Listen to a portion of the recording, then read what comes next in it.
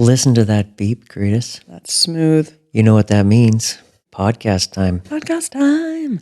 Mm-mm-mm. Yeah, I'm not rescheduling my life to get out of this one. Welcome to Let's Go Up podcast edition. Oh, are we starting? We sure are. Okay, yes. Here, what do we do here? Line. Well, line, we explore something, the mysteries of the kingdom of heaven. Good job. We're your hosts. I'm Dean. Yes, and I'm Karitas. Karitas. Oh. Beautiful spring day today. You look like you got some sun. Yes, if I step outside for a few moments, I get this nice, glorious red tan. Red tan. Yes, my Norse skin. Norse skin. Yes. People will often say, you're so sunburned, but it's really not a burn. I just have this glorious pink hue, like a piglet. Gotta embrace the pink, okay? That's so funny. Okay, I turn red real quick in the sun too. Mm-hmm. It's a gift. A gift. You get a lot of sympathy because everyone thinks you're horridly burnt, but really it's just your tan.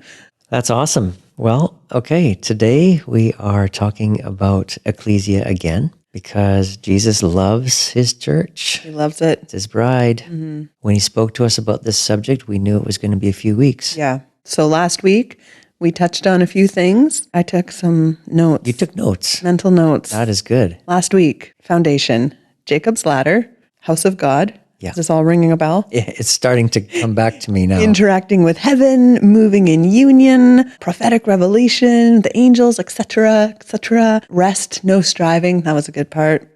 Union, dream culture. Remember you threw that out there. Oh, yes. Gateway to heaven. Okay. So then the Ekklesia, which is the governing body, resting on this house of God. I think this is a podcast that I should listen to. Yeah, it was epic. Who is it by again? People with these foreign names, DN. Something where you have to roll the R. Council of Courts of Heaven. Oh, yes. Mm-hmm. So we are sent to govern a city. Yes. Our region. We kind of touched on that a little bit. And all of this resting on the foundation stone of the original intent of the house of God. So this week, we want to talk about the government of heaven impacting our region. What does that mean? What does that look like? What is this that Jesus was talking about in Matthew, 16? Yes, we're going to be in Matthew 16 today. Yeah, kind of like spend a little bit of time in there. We just touched on it last week, right? Yeah, we just started there. So you took really good notes. Thank you. This podcast that we're doing is one that I'm going to have to listen to as well, I think, when we're done. Yeah. Well, that was epic. I have no idea what we're going to say today, but it sounds pretty awesome. It'll be good. Yeah, I think so. Was it last week or was it the week before when we were talking about AI? Right. Yeah. A couple of weeks ago. When was it? A few weeks ago? Yeah. Okay. So we were kind of giving AI a little bit of a hard time, right? Yes, you we were. think you can love, you can't love. That's right. Yeah. I had an encounter with AI this week. An encounter. Really? Okay. Tell me about it, please. It was kind of loving. Okay. Let me see if I can find It was loving. I can hardly wait for this. Here we say they don't know how to love. Okay. Let me just get ready for the story. It's a very emotional part of my week. Okay. Really touched you that deeply, did I it? brought my little violin just in case it gets emotional. Well, maybe I should give me the violin. If it comes up to the right place, I'll play it for you. Okay. Oh, this is really cool. Yeah. Does it have a bow as well? It does, but you have to make the sound with your mouth, right? This is a podcast with props. We've got our mic, and now we've got our I'm ready. violin. Okay, so you know this artist, Laura C. Music Yes. Flow. She's Amazing. Yeah. okay. So she puts on there, oh, hey, check out my husband's comedy page if you like a laugh, right? Okay. So I'm like, I like a laugh. His comedy page is called I'm Not Right in the Head.com. And so I'm on Facebook and I type it into the search bar, which is now an AI bar of some sort. Okay. And I do not find his page right away. Instead, what I get is this private message sent to my messenger inbox from Meta AI counseling me now. Okay. Can I read you a part of the counseling session? Please do. I understand that you may be struggling with your mental health. What? Okay. Because I typed in, I am not right in the head. You're kidding me. I don't know why it thinks I'm actually seeking its help on Facebook by typing that in, but it thought I needed help. So you're looking for a comedy page. Yep. I'm not right in the head. Yep. And It's clean humor, supposedly. So, I was like, that's a good laugh. They pulled out their mini violin and they started counseling me. Okay, I understand you may be struggling with your mental health or feeling overwhelmed. It takes a lot of courage to acknowledge and articulate this. Please know that you are not alone. And there are resources available to support you. And then it starts listing all these resources, Canadian resources. So it knows, it's actually pretty useful information if I was struggling. Right. I was like, wow. And here we are mocking them that they don't know how to love. And it's just given me this 3-paragraph. It goes on and on. There's Whoever said that AI doesn't know how to love, that was us, wasn't it? We said that. Here I've got 3 paragraphs. Like you have to scroll. Whoa. Karitas. You see this? I don't know if you can see this on the computer. But Anything else interesting in there? so it gives all these resources, phone numbers and everything. Remember, taking care of your mental well-being is just as important as your physical health. You got this. You got this? And there's help when you need it! ! Oh, beautiful. Okay. That's the song of me eating my words, mocking AI. It can't love. I feel so loved. I feel so seen. Unbelievable. I would have never known had I not seen that firsthand, but Yeah. there you go. It was a special moment we had, me and the robots. You and the robots. If you ever need help, they're there for you. And I just want to say to all our Let's Go Uppers, we are not mocking mental health here at all. Yeah, because I do have a few friends who struggle with mental health, and it's very important that we do take care of our mental health issues. It is. But that's crazy. All that from a search. You're We looking were- for a comedy page. Yeah. We were just saying how robots can't offer you that kind of. Obviously, we were wrong. Yeah. So thank you, robot, whatever you are. There was a name attached to it. I don't know if they named the robots, but attached to the message, it said Meta AI Llama 3. So my robot's called Llama 3. Llama 3. I assume there's others.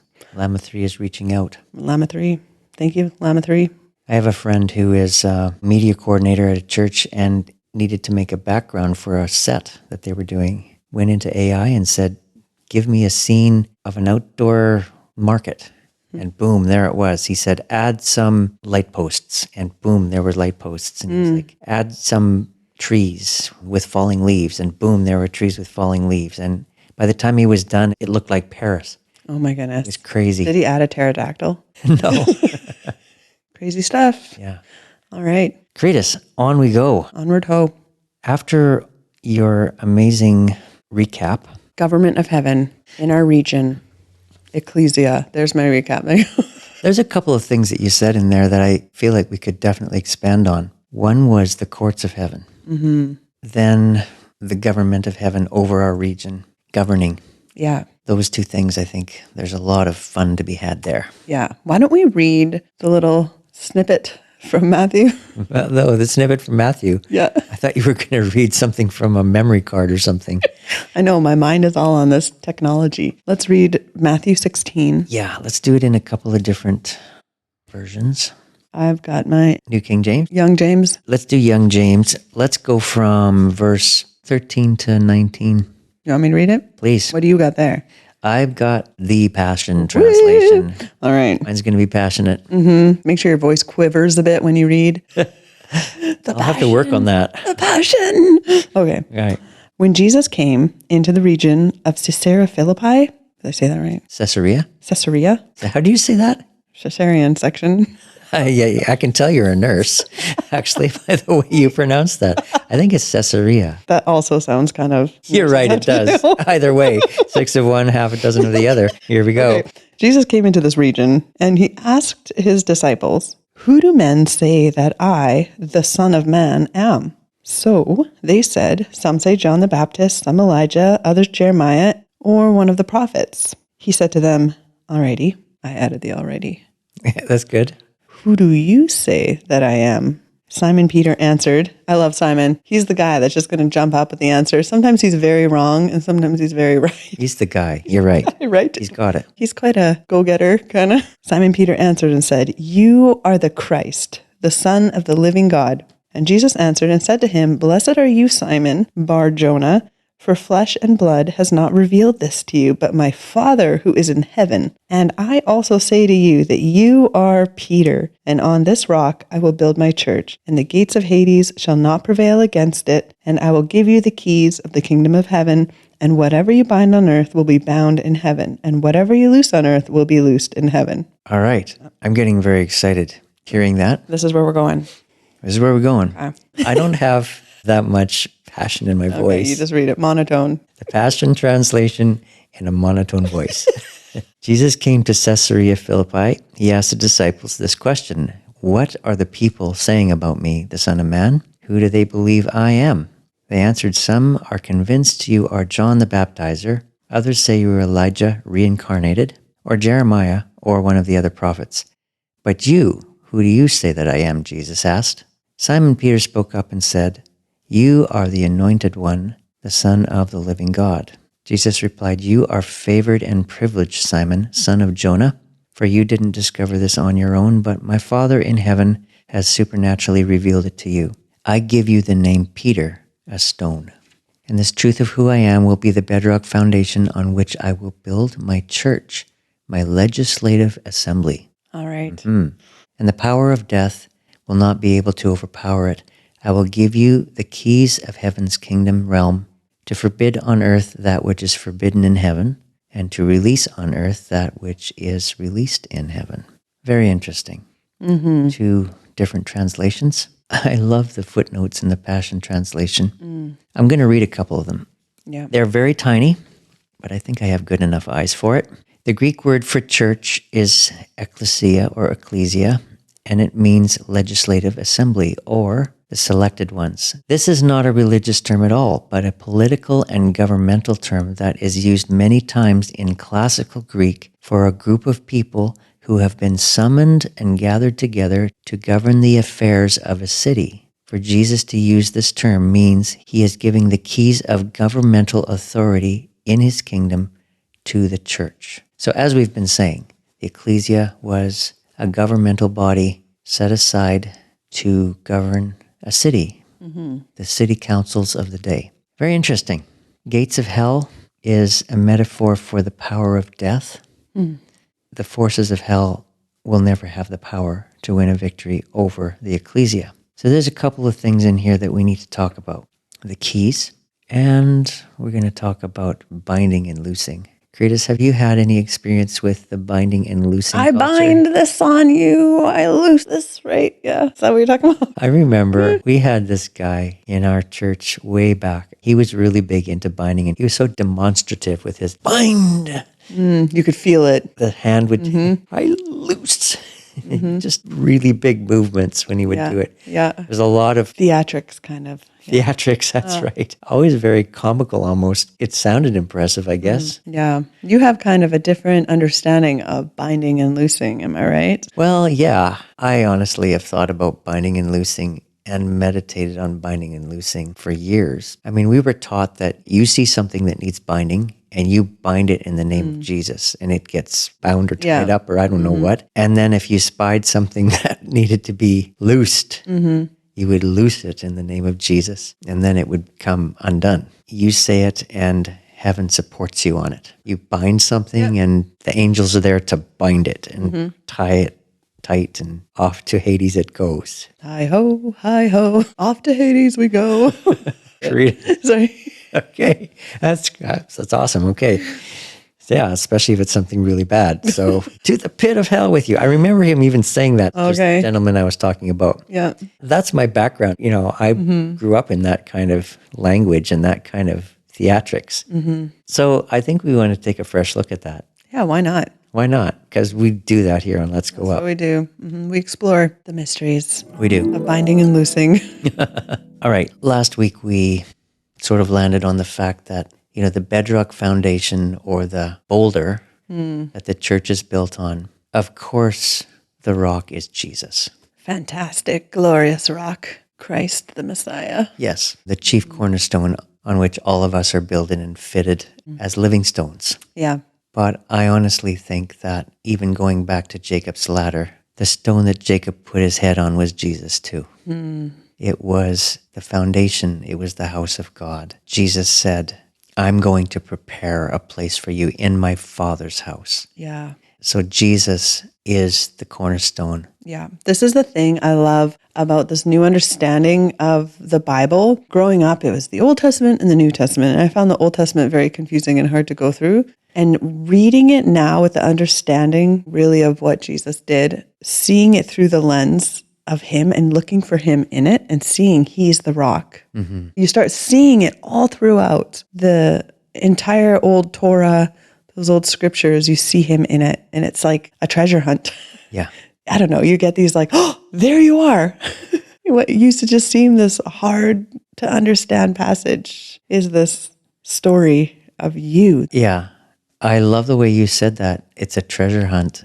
There he is. There he is. There he is. Yeah, reading the Psalms, like these guys, their heart was yearning for him without even realizing it was yearning for him.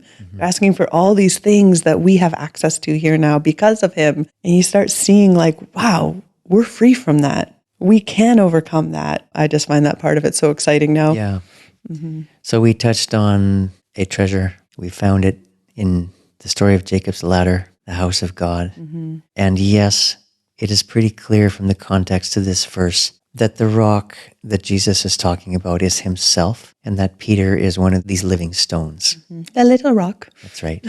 It's funny, Karitas. In the book of Peter, Peter talks about living stones. I think this affected him a lot. I think when Jesus said this to him, I think it set him on a journey of stones and rocks. Peter actually talked about rocks. I don't know if I could find it real quick. Yeah. Oh, yeah, right here. Got it. Oh, that was really amazing. I just opened the book and here it is. A Bible scholar.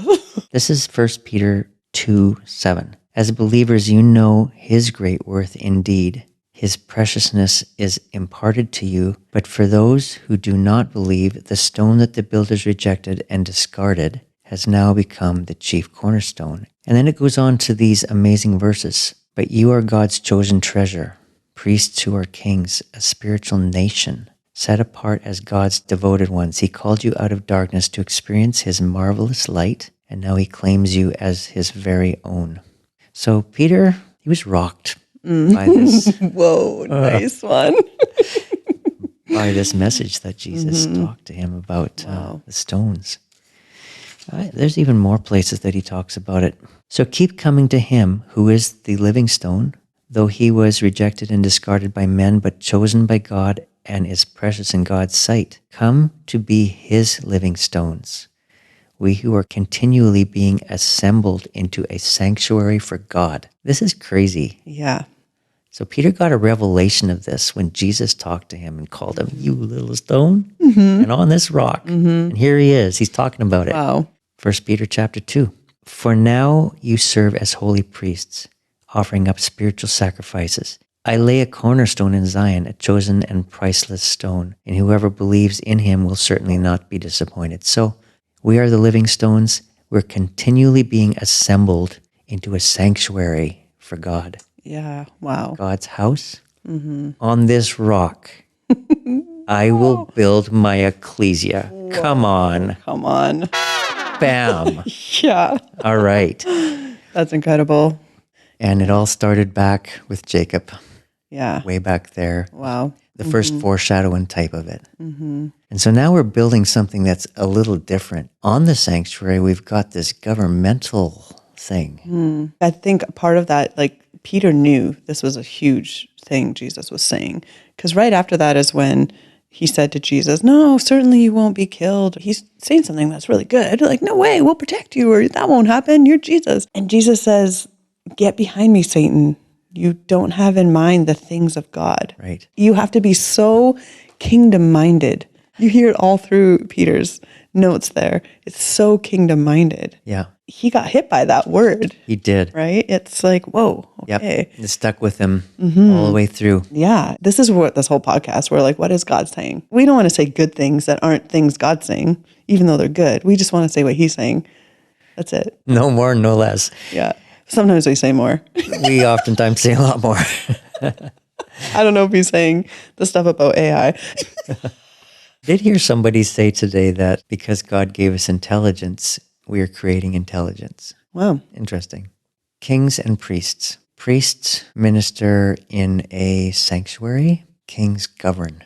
We got both things going on here. So we got a house of God and a sanctuary. And now we're building upon that a government. Is this like when he says he's King of Kings, Lord of Lords? We're the little kings and the lords. So the kings of God's house, we govern. And that's what the Ekklesia is. It's the governing body Yeah. that's resting upon the rock. The power of death will not be able to overpower it. The power of death is the power of Hades. Throughout history, it never has been able to. But oftentimes I see some very beleaguered saints. Immediately they're talking about death and darkness, and they're impressed with the powers of the devil and his ability to defeat them. To be able to stand on the truth, regardless of what you're seeing, it might look like he's defeating you. We were just talking about going back in the Bible. You see this army of angels that nobody else saw. Like, it might look like death is prevailing, but we have the truth. And to stand on that, you might be called crazy, in denial, or extreme, or whatever. Are you in denial, Karitas? I'm the only rational one here. Just because the majority isn't seeing it doesn't mean it's not there. I'm going to get AI to send you. AI. You're in denial. AI is going to explode. For you. You should try typing into your search engine, am I in denial? Wonder what would happen. Well, now I have my weekend plans. All right. So it might look like death is prevailing, but is it? Do we believe Jesus when he says it can't prevail? This is just what Jesus is saying. I also have another thought. If Hades is prevailing against something, I'm going to say something real bold here. It might not be the Ekklesia that Jesus said he would build. Did I just say that? I think you need say that. I didn't just say that, did I? Did Hades prevail over a lot of the church during the pandemic? If it did, are there some things that might need to change? Might need to just be sifted. Yeah. If it was sifted, maybe there was a reason for the sifting. Maybe there needs to be a perspective shift there somehow. Right. Rather than going and rebuilding what fell to pieces, maybe shift the perspective to something that represents a little more closely what Jesus said he would build so that Hades won't prevail against it, right? Yeah. Well, Jesus talked about the house built on the bedrock, right? Yes. And the house built just on the sand. And the storm, it's trying to tear down what was built. If it can't tear it down, It's built on the rock. but to keep rebuilding in the same place where Hades was able to tear it down, make it unlivable or unstable, it just seems kind of foolish to keep building it in the same Right, to place, rebuild it in the same place. the same way. As you're talking about this, I'm just getting a whole bunch of revelation here. I never really thought about that particular part of Matthew. Where is it? I think it's Matthew 7 at the end. Oh, you're right. You nailed it. Right at the end, 7:24. Okay, so just think about this. This is a house being built upon a rock. So here we got the rock, and we're putting a house, a legislative assembly. The Ekklesia is being built upon the rock. The storm is attacking the Ekklesia. And if it's on the sand, Yeah. And really, when I read this section Jesus is talking about, it's not really about the storm. It's about the house. We give so much focus to the storm, but just build a good house. there you go. Then whatever. We've got this solid house. We've got the Ekklesia. I have another idea. Yeah, you are the light of the world. That's what Yeah, it is. so that's 5:14. A city that is set on a hill cannot be hidden. Let your light so shine before men that they may see your good works and glorify your Father. Okay, that also fits in because a city set on a hill, because we're talking about cities and regions here. We're talking about governing cities. The Ekklesia is a governing body of a city, and it shines over the entire region. So it is the light of that city. Where the righteous are, the city rejoices. It says that in Proverbs. Whoa, look at us tying all this together. Amazing. I think all we're saying here is that let's make sure we're building on the rock and not the sand. Yeah. Because what's on the rock, the gates of hell will not be able to prevail against it. It'll be solid. And I will give you the keys of heaven's kingdom. I think it's really interesting that when somebody does something really good in a city, they give them the keys to the city. I remember when I was living in Calgary, a citizen actually did a really heroic thing and saved somebody from a fire. And the mayor gave them the keys of the city. We're talking about cities and regions here. Ekklesia governing over a region or a city. Jesus said, I will give you keys from heaven's kingdom or to heaven's kingdom for your region. All over our cities, there are keys for all of the things that are happening. Yeah. And there's this authority that comes with having the key. Yeah.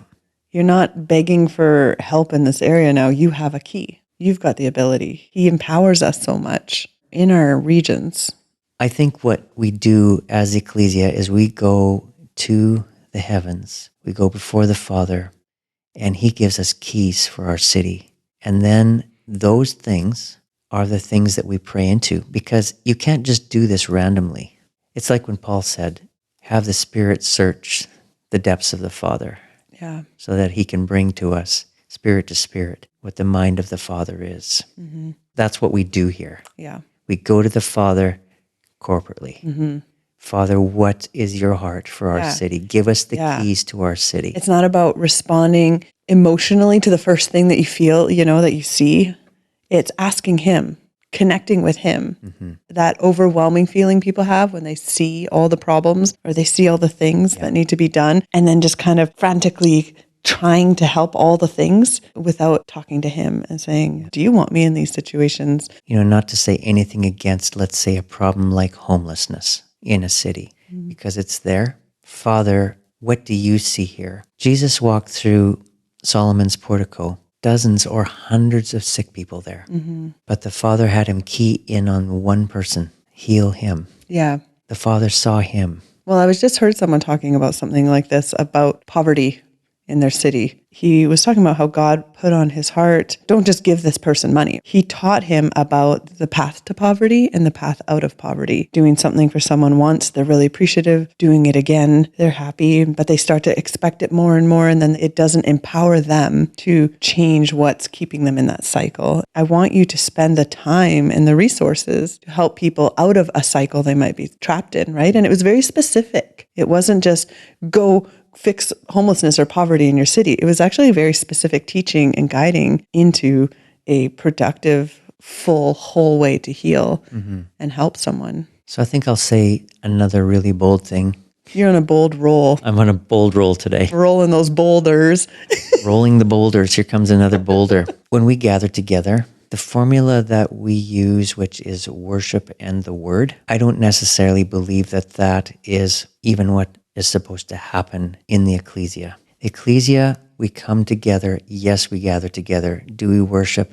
Yes, we worship. What is our purpose? What we're looking for is we are looking for the call, the upward call, the trumpet sound that says, come up here and I will show you the things that are going to take place after this. And in that place, corporately, we ascend to heaven. There's the stairway. There's the angels ascending and descending. And we, as a group of people, interact with the Father and with the angels. We ask him, what is your heart? What do you want us to do this week in your city? We are your ambassadors.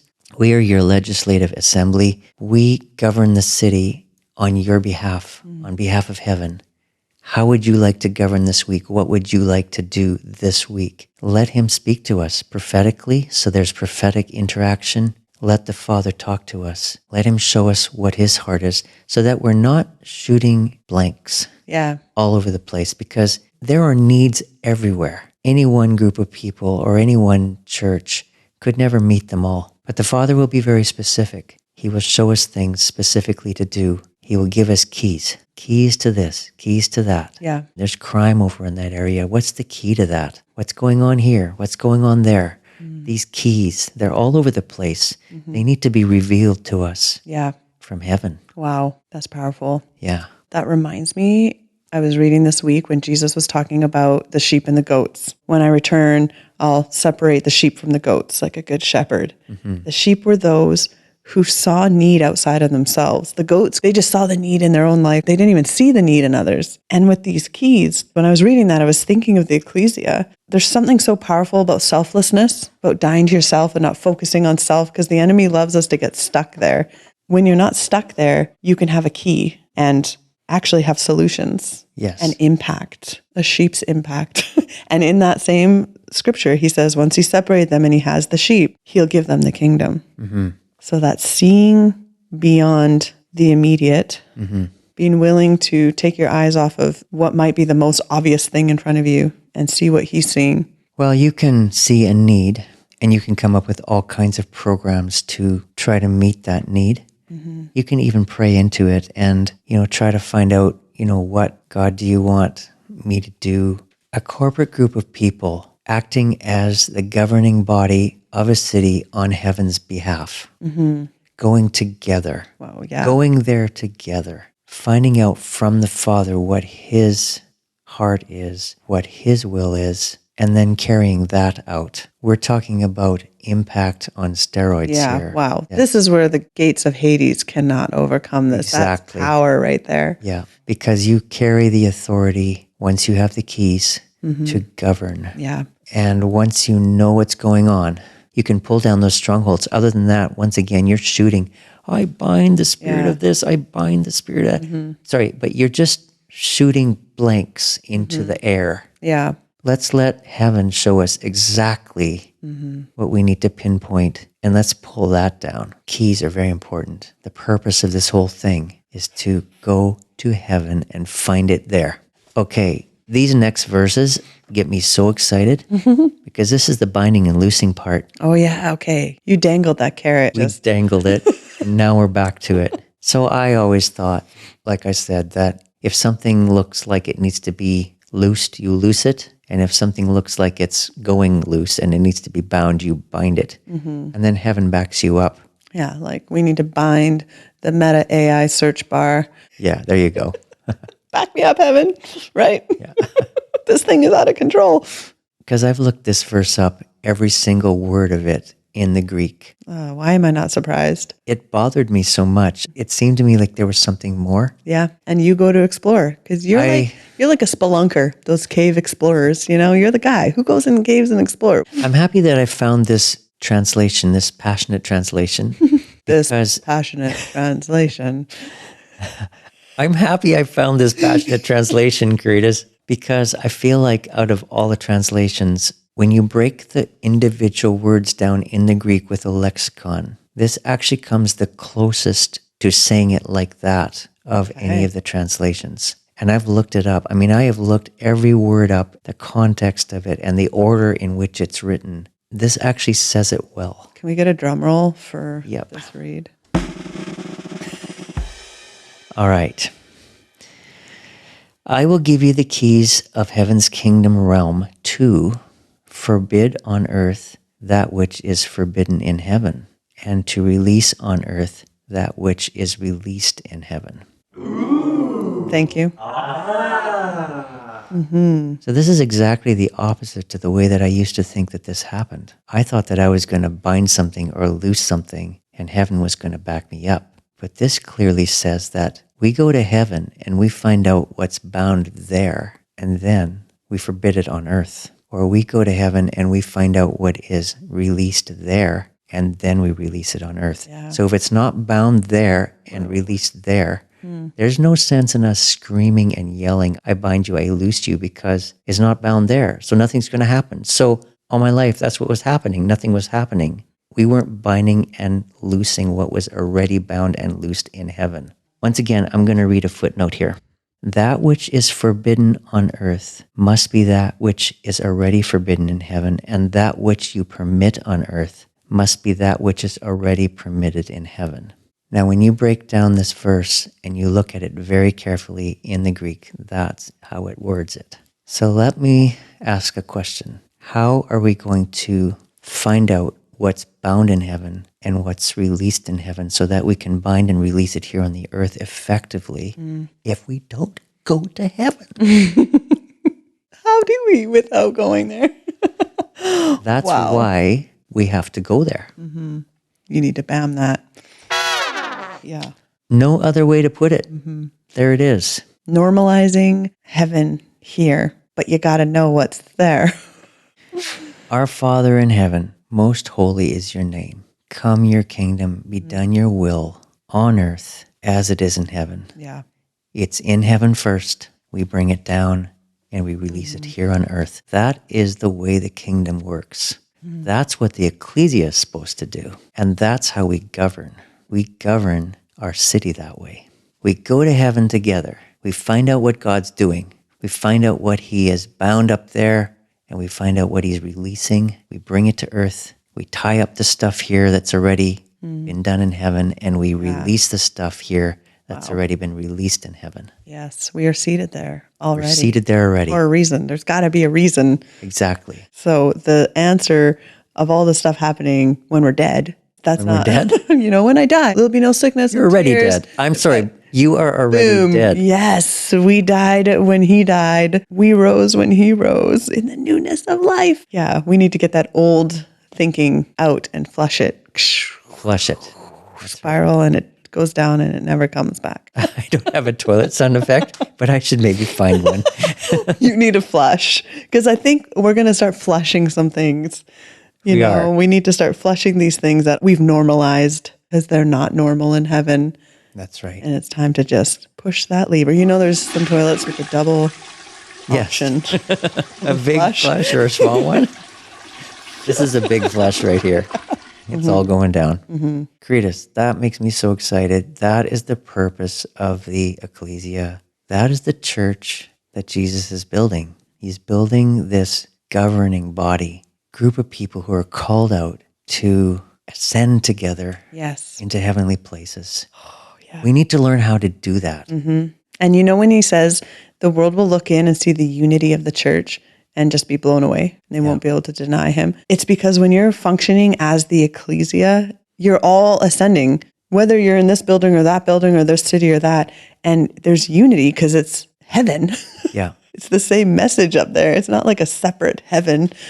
Like, how are these people in this other side of the world united somehow with these people from my city? We're all going to the same place. John 17, verse 22, the glory which you have given me, I have also given them, so that they may be one, just as we are one. Just as Yes. we are one. Whoa. So if you're wondering how to unite people, it's not by getting them on the same doctrinal page. As we figured out the past few hundred years, there's endless debates about what's right and less right. The key is to getting people together in the glory of God. The glory which you have given to me, I have also given to them, that they may be one. You get a group of people together in the glory, they will become united. They will become one. They were one mind, they were one heart, it says of the early church. How do we do that? We're all arguing. How do we ever become one mind and one heart? Well, you go to heaven. In heaven is the glory of God, and you spend time together in the glory of God. You will become united because your hearts will be forged together by fire in the glory of God. Hold up. Mic drop. Thank you. That's all it took. Amazing. Done. Bam. So good. When you're one, the world will know. And it comes through ascending together. When we worship, we should be going up together. And I'm very excited to say, I'm not speaking monotone, am I? No, you're very excited. I'm very excited. I like how you can't tell. I'm very excited to say that places that I go and things that I'm seeing now, this is starting to happen. People are catching on. The Ekklesia, thank you, Liz, right, is rising. Yeah. The bride is starting to discover who she is, and she is starting to go corporately. Yeah. Everything that we can do as an individual, a group of people can also do corporately. When it's corporately, it's on steroids. Whoa. It just amplifies everything and heightens it, makes it all that much more powerful. One can chase 1,000 and two can chase 10,000. I think there's a lot of people who have discovered personal ascension, but the Ekklesia, the church, has yet to discover corporate ascension. Yeah. And once they do, Oh, man. the Ekklesia will be unstoppable. That's pretty The world will change so quickly when we start releasing the kingdom of heaven here as the governing body of heaven on behalf of heaven. There's no limitations to that. It's so much more powerful than anything of this world. It can't bind it. It can't stop it. We need to rethink some things. We need to rethink what our gatherings look like. We need to rethink the purpose of them, because there's an entirely new purpose in what we've just talked about today. We need to let go of our agendas, and we need to pick up the agendas of heaven. Yes, refer to Agendalist podcast number something. That's right. We need to rethink what worship looks like. We need to rethink what expressions of proclamation or preaching look like. We need to rethink what a typical gathering looks like. Is there any harm in rethinking this whole thing from the perspective of heaven? Are our cities really being impacted? Good question. I'm not going to say yes or no, but the Ekklesia, it will impact a city, and it doesn't take very much. The authority given to the Ekklesia is significant enough to impact a city. Every single week, a new bomb of glory in a new quadrant of the city. Boom. Yes. The Father's will is this. Boom. There's a key.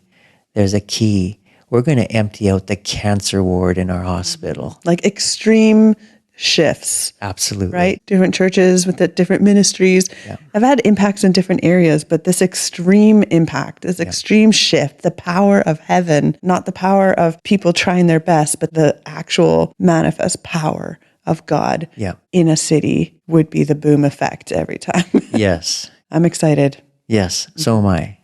We've done it. See, we stayed on topic. Stayed on. Wow. Okay, Karitas. All right, Dean. We're going to leave it there today. That was fun. I think next week we might talk about shepherds. Yes. Unless Holy Spirit leads us in other directions. Yes. Well, there is that one song, maybe pretty much always means no.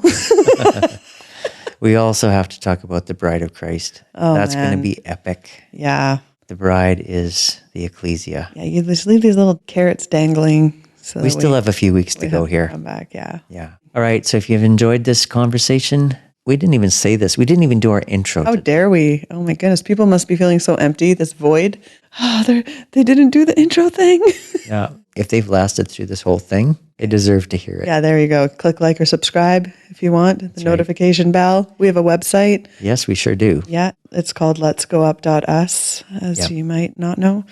They know by now, but we'll say it again. Okay, something I didn't know. The Ascending tracks, they're also on Spotify and such. Apple Music. Apple Music? I did not know this. Under Ascending Tracks, TRAX. Yeah. Volume 1. Oh, again, another dangling carrot. Will there be a volume 2? There will be. Okay, amazing. All right. We're going there. Yeah. Have a great week, you guys. Awesome week. See you next time. Bye.